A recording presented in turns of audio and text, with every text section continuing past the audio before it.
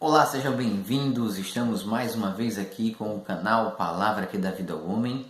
E antes de mais nada, se você não é inscrito no canal, se inscreva agora, clique no botão inscrever-se, clique também no like, compartilhe esse vídeo e nos ajude a propagar a palavra de Deus.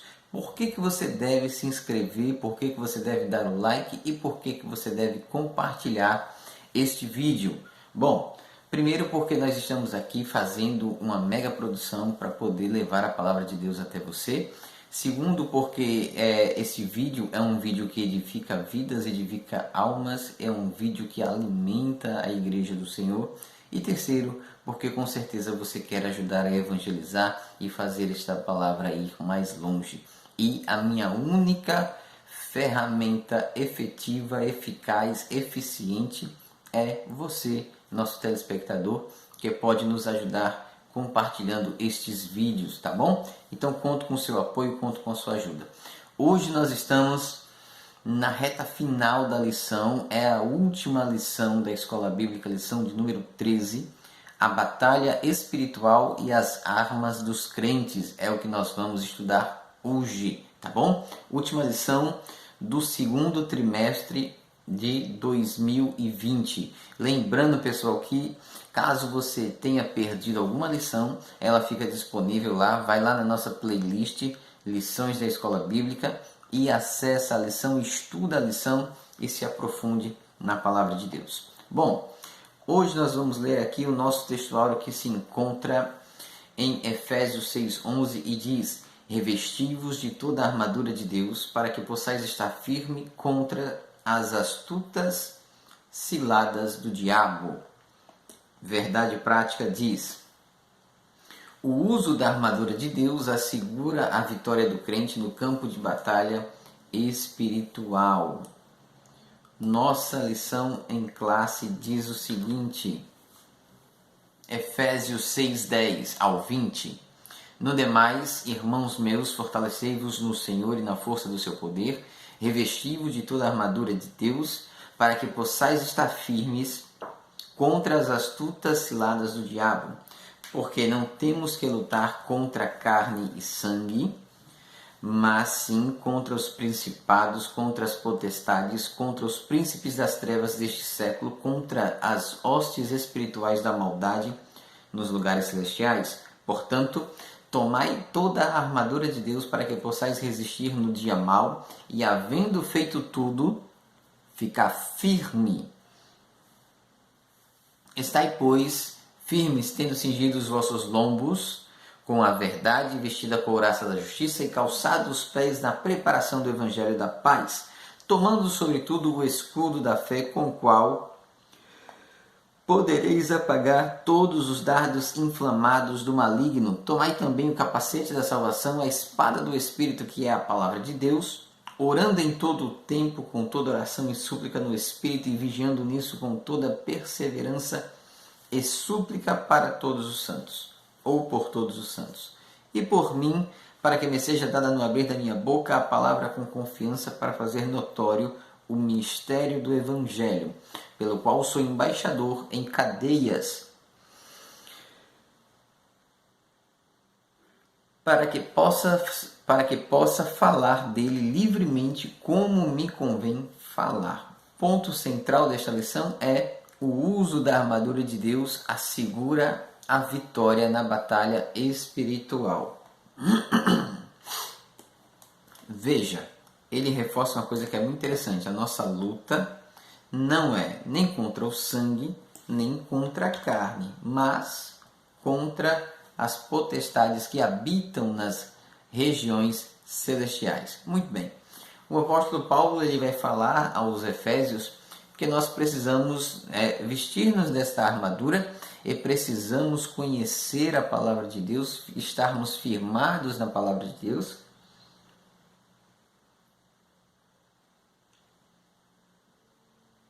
para que possamos assim fazer a obra do Senhor e permanecer firmes. No primeiro tópico, ele fala o preparo espiritual do crente para a batalha, fortalecidos no poder do Senhor. A expressão na forma passiva, fortalecei-vos no Senhor, indica que Não temos poder em nós mesmos. O poder não é meu, a força não é minha, a qualidade não é minha, o talento não é meu, a capacidade não é minha.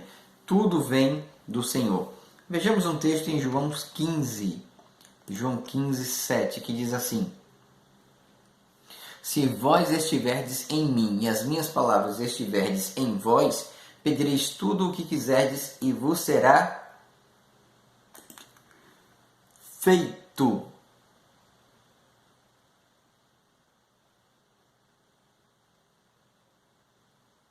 E vos será feito. Muito bem.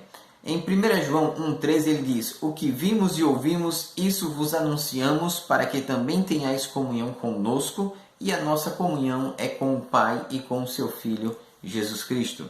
Então, quando nós estamos em comunhão com Deus, nós fazemos as obras de Deus e permanecemos de pé, porque Deus nos fortalece e nos sustenta. Nada é mérito meu ou seu. Tudo é para mérito, para a honra e a glória de Deus.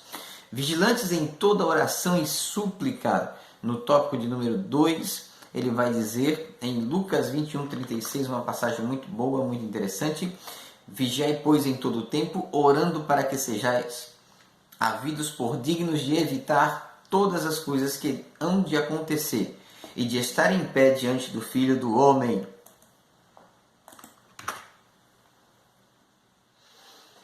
Então precisamos estar vigilantes e precisamos estar orando constantemente ao Senhor.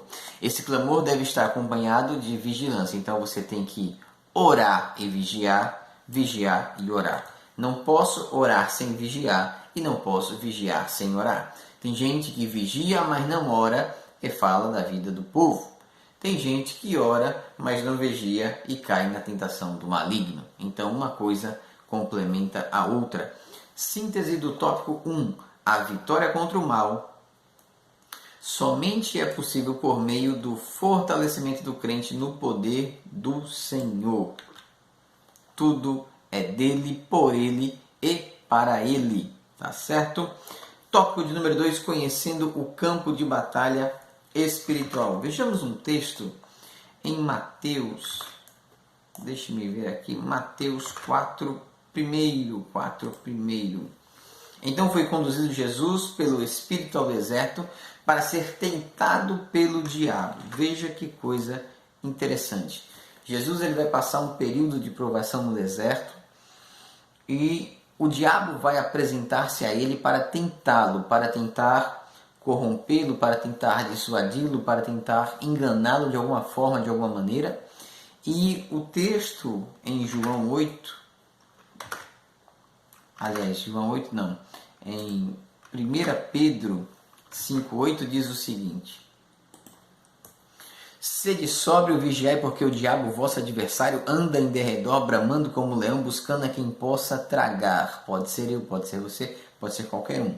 Ao qual resisti firme na fé, sabendo que as mesmas aflições se cumprem entre os vossos irmãos no mundo. Veja que coisa interessante.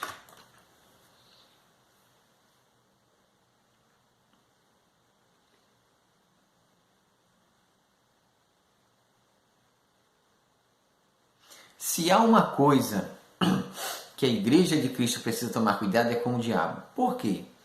Por 7 características básicas que o comentarista da lição deixou aqui para a gente. Primeiro, ele gosta de confundir a mentira com a verdade, como fez com Adão e Eva lá no Jardim do Éden. Segundo, ele deturba as Escrituras, como tentou fazer com Jesus no deserto. Terceiro, ele dissimula e induz a dissimulação.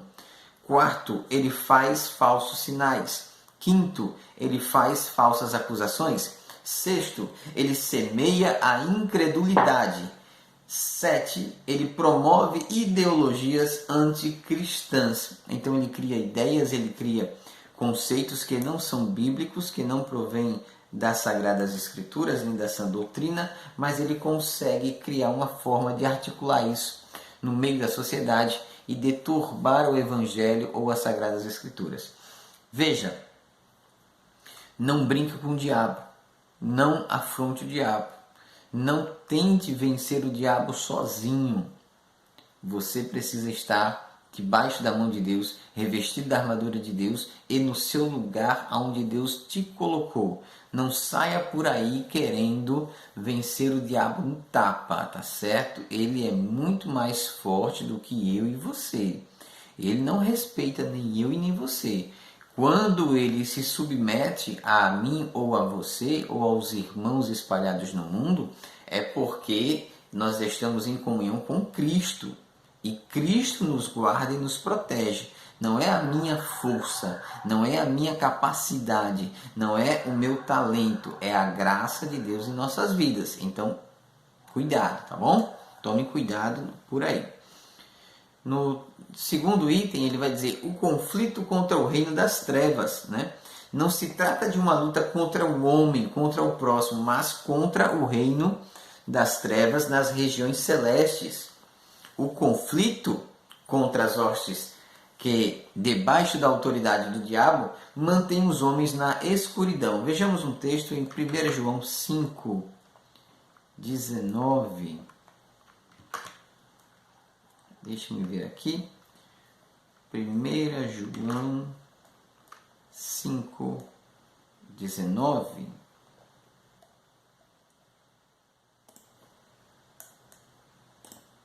Diz o seguinte: sabemos que somos de Deus e que todo mundo está no maligno.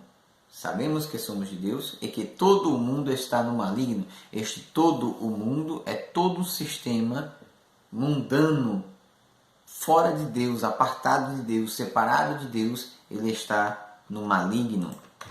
Então, todo o cuidado é pouco, porque nós estamos cercados diariamente por forças das trevas e precisamos cuidar em oração e em vigília para que não sejamos vítimas do inimigo de nossas almas. Tá certo?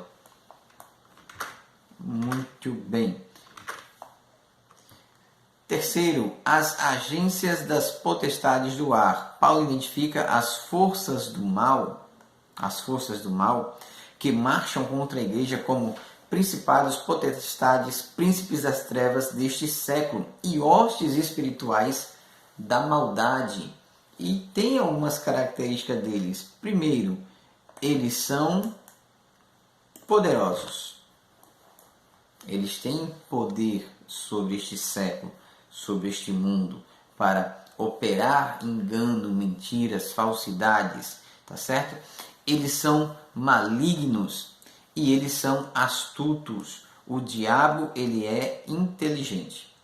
O diabo não vai aparecer como o diabo. O diabo não vai vir como um leão rugindo. Ele vai vir numa capa bonita, numa embalagem bonita. Ele vai vir seduzindo pelas beiradas. Ele vai vir em sapatinho de lã. Ele vai vir com aparência bonita. Ele vai vir com um semblante bonito. Ele vai vir criando meios e estratégias para seduzir, corromper e destruir o homem que assim lhe der ouvidos. Síntese do tópico 2. O crente precisa conhecer o seu campo de batalha espiritual para que possa guerrear contra o inimigo e receber vitória. Muitas vezes nós estamos discutindo com pessoas que estão sendo usadas ou manipuladas pelo diabo. Muitas vezes alguém discute com pessoas que estão possessas de demônio e nem sabe disso. Muitas vezes nós somos afrontados por pessoas que estão sendo marionetes nas mãos do capeta para induzir ou para conduzir alguém ao mal ou para desviá-lo do caminho da verdade, e muitas vezes a gente não percebe isso. Então é importante que a gente conheça as estratégias e a artimanha do diabo para que possamos nos livrar dela, lembrando que precisamos estar vestidos de toda a armadura de Deus. No tópico de número 3, ele vai explicar que a expressão toda a armadura traduz o termo grego panóplia, que significa armadura completa de um soldado fortemente armado. Então nós precisamos ir para a guerra de qualquer jeito? Não. Precisamos ir para a guerra fortemente armados. As armas indispensáveis da defesa. Então, quando a gente olha para a grande potência da antiguidade, a Roma antiga, eles tinham uma armadura que representava muito bem isso. Então, primeiro, nós precisamos estar cingidos. Vejamos um texto em 2 Coríntios 13, 8. 2 Coríntios, capítulo de número 13, verso de número 8, que diz assim: porque nada podemos contra a verdade, senão pela verdade. E cingidos de quê? Cingidos da verdade. Na segunda característica da armadura, vestidos da couraça da justiça. Vejamos um texto em 2 Coríntios 6:7. Na palavra da verdade, no poder de Deus, pelas armas da justiça, à direita e à esquerda. Veja, vestidos da couraça da justiça. Terceira característica, calçados os pés na preparação do Evangelho. Romanos capítulo 1, verso 16. Porque não me envergonho do Evangelho de Cristo, pois é poder de Deus para a salvação de todo aquele que crê, primeiro do judeu e também do grego. Então, calçar os pés no Evangelho, conhecer o Evangelho, saber o Evangelho, não é saber capítulo e versículo, mas é conhecer a história do Evangelho, é saber o que você está falando. Nós vemos que quando Estevão ele é entregue para ser apedrejado, antes disso, ele faz um belíssimo sermão e ele traz toda uma narrativa desde o tempo lá de Abraão e sai puxando até o presente momento que estava sendo vivido.